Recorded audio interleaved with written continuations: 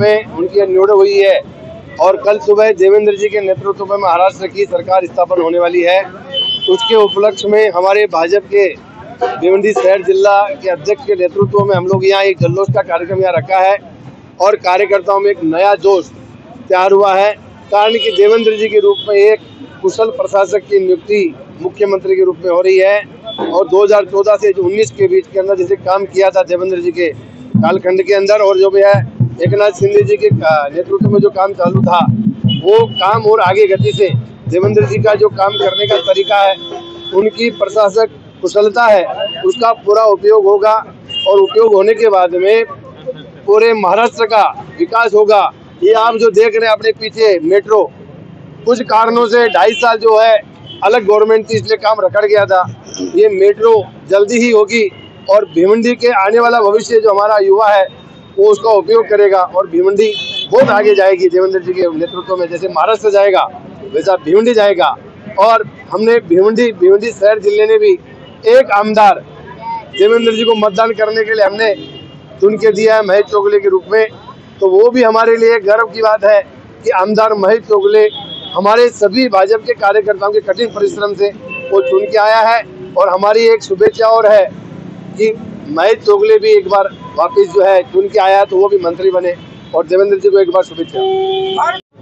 आज भारतीय जनता पार्टी भिवंडी शहर जिल्ह्याच्या वतीने मागच्या 23 तारखेला जी काउंटिंग झाली त्या काउंटिंगमध्ये भारतीय जनता पार्टीला 138 ते 139 अशा जागा मिळाल्या।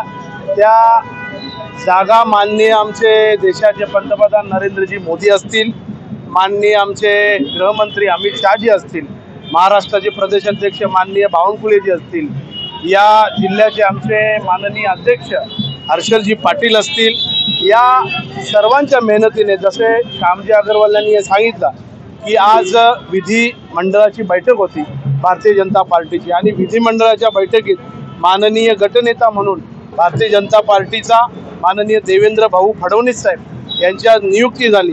म्हणजे उद्या ते महाराष्ट्राचे मुख्यमंत्र्याची शपथ घेणार आहेत। आज पूर्ण भारतीय जनता पार्टीच्या कार्यकर्त्यांसाठी एक गौरवाचा दिवस आहे, एक आदर्शाचा दिवस आहे की आमचे आदर्श नेते उद्या मुख्यमंत्री होणार आहेत। आणि आज पुऱ्या भिवंडीमध्ये आपण बघाल की माननीय हर्षलजींच्या नेतृत्वाखाली माननीय कपिल पाटील साहेब असतील, माननीय श्याम अग्रवाल साहेब असतील, या सर्व कार्यकर्ते असतील, महासचिव असतील, महिला मोर्चा असेल, युवा मोर्चा असेल, या सर्व कार्यकर्त्यांच्या माध्यमातून जसे महेश प्रभाकरजी चौगुले हे तिसऱ्यांदा आपल्या निवडणुकीच्या रिंगणात होते आणि रिंगणात असताना प्रचंड अशी वर चढ असा हा प्रवास त्यांनी या 20-25 दिवसात बघितला।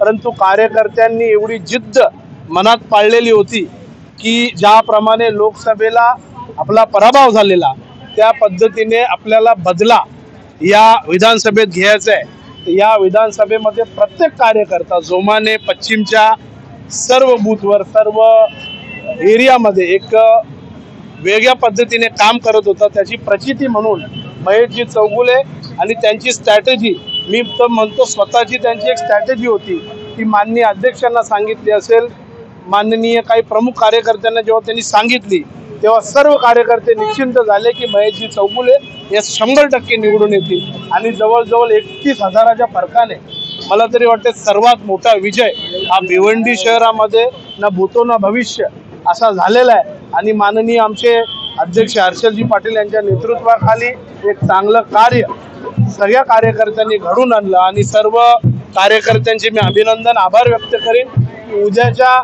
जसे भाईजींनी सांगितलं की एक आमचा भिवंडीचा प्रतिनिधी जो माननीय देवेंद्रजींना मतदान करेल, तर आम्हाला सर्वांना गर्व आहे की सर्वांच्या मेहनतीने आज आमचा प्रतिनिधी आमचा लाडका आमदार तिथे जाऊन आमच्या लाडक्या भावाला, जसं आमची बहीण बोलली की महाराष्ट्राचा लाडका भाऊ देवा भाऊ यांना जाऊन मतदान करेल, तर एक आनंदाची आणि एक आमच्यासाठी गर्वाची गोष्ट आहे की भिवंडीसाठी प्रचंड कामं देवेंद्रजींनी केली।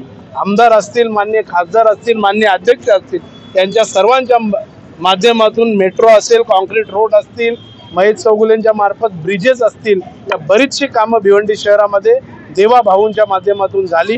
तर आज भिवंडी शहराने देखील त्यांची परतफेड केलेली आहे। सर्व बहिणींनी भाऊबीजाच्या रूपेने त्यांना मतदान देऊन या महेश चौगुलेला निवडून आणून एक त्यांची या कामाची प्रचिती आणि त्यांची परतफेड आम्ही सर्व कार्यकर्त्यांनी केलेली आहे। आज आनंदाचं वातावरण आपण बघाल की भिवंडी शहर जिल्ह्याच्या वतीने सर्व सेलच्या वतीने आज इथे एक उत्साहाचा कार्यक्रम छोटासा काय नसो पण आम्ही आमच्या पद्धतीने केलेला आहे। उद्या देखील भारतीय जनता पार्टी भिवंडी शहराच्या वतीने 25 बसचं नियोजन आम्ही अध्यक्षांच्या मार्फत केलंय आणि ते सर्व कार्यकर्ते आम्ही उद्या 5 वाजता आझाद मैदानात शपथविधीच्या समारोहासाठी स्वतः तिथे उपस्थित राहून या कार्यक्रमाची शोभा सगळे वाढवणार आहेत। तर आपणास देखील विनंती आहे की आपण इथे आलात मोठ्या संख्येने आणि या कार्यक्रमात सहभागी झाला, त्यासाठी पत्रकार बंधूंचे देखील धन्यवाद देतो आणि भारतीय जनता पार्टीच्या सर्व कार्यकर्त्यांचे आभार आणि धन्यवाद। सर्वप्रथम मैं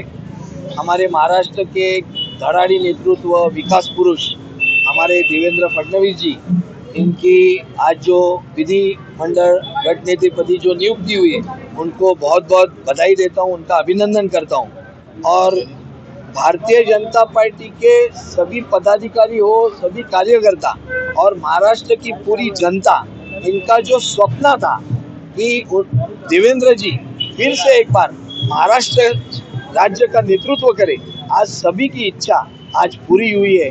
आज सभी को एक अच्छी नींद, सुकून की नींद लगेगी, क्योंकि आने वाला जो काल है, महाराष्ट्र का जो भविष्य है, एक अच्छे नेतृत्व, गंभीर नेतृत्व, विकास पुरुष के हाथ में जाने वाला है। आज आपने देखा रहेगा कि जिस प्रकार से ये पूरे निवडणूक प्रक्रिया में देवेंद्र जी ने और महायुति के सभी जो लीडर्स हैं, उन्होंने जो एकजुट करके एक अच्छी रणनीति की और एक अच्छा यश इसमें प्राप्त हुआ है। और इस यश प्राप्त होने के बाद आज जब हम देखेंगे कि हमारे देवेंद्र जी यहाँ पे मुख्यमंत्री करके उनका कल शपथ विधि होने जा रहे हैं, वैसे ही हमारे महायुति के मित्र पक्ष के शिवसेना हो या राष्ट्रवादी हो, उनके भी उप मुख्यमंत्री होने जा रहे हैं। तो बहुत उत्साह का वातावरण पूरे महाराष्ट्र में, भिवंडी में आज अच्छी संख्या में हमारे सभी पदाधिकारी और कार्यकर्ता यहाँ पे आए और उन्होंने अच्छा एक सेलिब्रेशन यहाँ पे किया है। मैं इतना ही कहना चाहता हूँ, जैसे श्याम